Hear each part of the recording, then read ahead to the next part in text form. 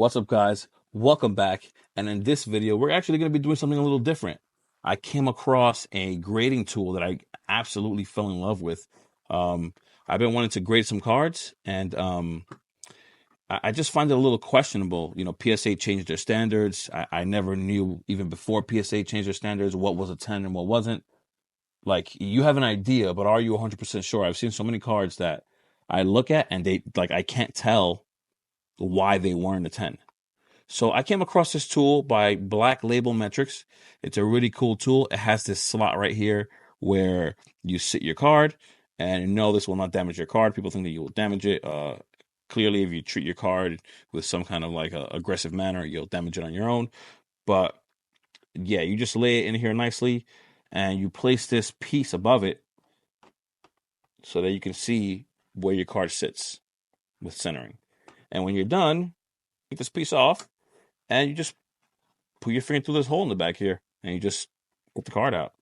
And they're saying this little chart. It's pretty simple chart. It's just ratios: 2-to-1, 2-to-2. Clearly, if you're 1-to-1 or 2-to-2, your 50-50 ratio would be freaking perfect. But yeah, to me, this is like great for, especially with what's going on right now. With PSA changing their standards, they're just being a little more stringent, and it's going to be pretty tough from now on to get a 10. That's what I feel like, at least. But at least not just PSA. Maybe you want to send it to Tag. Maybe you want to send it to Beckett. I would just like to, feel a little more confident with, the cards that I'm sending in. So there you go. This is the first one we're trying out. Just wanted to try out a few cards with you guys. I picked out some singles here from my collection that I had sitting around. So putting this other piece right on top. And there you go. You can see where you sit with the card. The card itself, you do have a little gap here. You just have to look at it directly from above. Don't look at it at an angle. If you want to, you could press on a plastic here a little bit to get a little closer. But when you're directly above like this, you can like really, really see like where you are exactly. Let me actually, oops, I kicked the camera. Let me actually zoom in on the tool itself.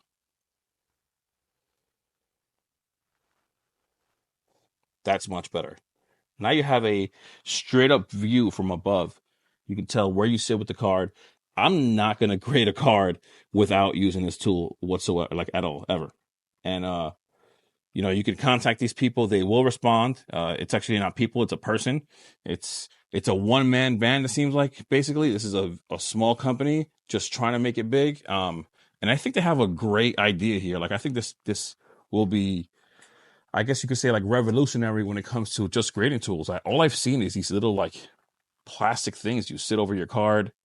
I like this. It sits it in the center. Um, it doesn't move on you. Like, I really like that. I like that it doesn't move on you. I was actually at some point in time, I was even thinking of something like this. Like, why isn't there something out there like that just holds the center for you? Because when you use that other little piece of plastic, there's so much room for error. We're humans. We make mistakes, but this one's cool. I love this thing. And I hope this guy makes it big. He answers all your questions. I had, concerns of my own when it came to accuracy, how good it was, and he answered everything for me. They have the patience and the time. They'll respond to you, and it just takes a little bit for the shipping because, like I said, it's a one-man band.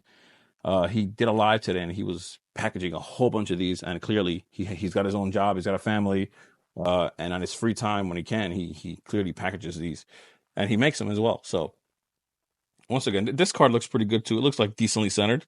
Yeah, man, this tool's pretty sick. I just wanted to like really, really put this tool out there because I'm not gonna keep this information to myself. And somebody who's come up with an idea that's this good deserves it, deserves the exposure, even though I'm just a small channel. But hopefully I can help him get a customer or two, whatever helps, and hopefully I can help you guys get more tens. Let's just put this Mimikyu in here just because I love this card. It's not even a promo. I forgot what box I got it out of, and it's not a promo. I got it out of, oh, it was a Pikachu V box. Not a promo. Look how beautiful that Mimikyu is. And it's not a promo. Pokemon fails. Sometimes they really do fail. But I do love that card, so I kept it. But yeah, man, you guys can see how this works. This can really, really help you guys just have a better reading of where your card may grade, and save you some money possibly, because the last thing you need is to send something out to PSA or whoever you choose to grade with, and you just waste your money, because we all want 10s. The value of a 9 is almost the value of the raw card. So yeah, this is like a vintage card, but the modern cards don't have that kind of value at a 9.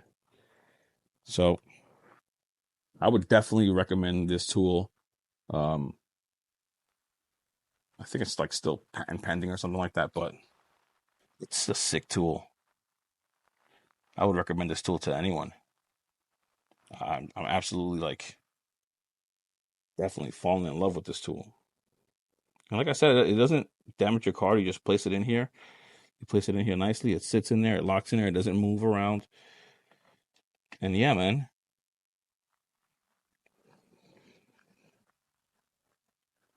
Yeah. You can really see where you sit. He was also saying, one thing that I did question was the gap, like from the plastic down to the this material here where the card sits. And what he said was that if you really, really want to close the gap, if you really want to, he said you could just lay this thing on top. It's basically using the other one that you would normally buy, but he doesn't want, the way he designed it. He didn't want the, oops, I just smacked the camera. He didn't want the card coming up, rubbing up against the plastic. He just didn't want to damage cards whatsoever. He was just trying to really, really protect his customers' cards or his own if he was gonna be putting out some kind of tool. That was something that was really big for him. Um, but yeah, man, um, I think this guy came up with a great idea. I mean, I think maybe there could be a little more tweaks. I feel like maybe if you had a groove in here to let this piece sit closer with the plastic, I think that'd be nice. It still wouldn't come in contact with the card because the card is actually below the surface here. So if he did get this plastic closer, it wouldn't touch it. I think that would be a great addition to the design right here. Just make a groove in here, make it deeper.